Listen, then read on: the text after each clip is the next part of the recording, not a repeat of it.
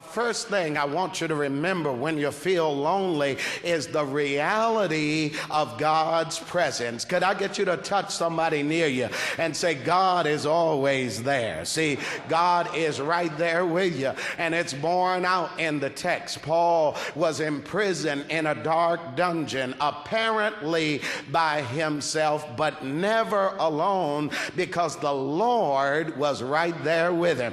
When we become lonely, it's often because we've forgotten the reality of the presence of God. Paul was in a dungeon, a place of restriction and limitation, with few to no options and scant opportunity, and yet he knew the reality of the presence of God. Can we stay there for a moment? Because notice that the text does not say an angel stood there with him, or a prophet stood there with him, or a pastor stood there with him. The text says the Lord himself stood there with him. That's a shout for somebody that in his loneliness he experienced the vital, vibrant, vivid presence of the living Christ. He knows this Lord because it's the same Lord he saw on the Damascus road. This is the same one who struck him down with a blinding light. He came and stood by him in the midst of the dungeon. And I need to assure somebody here today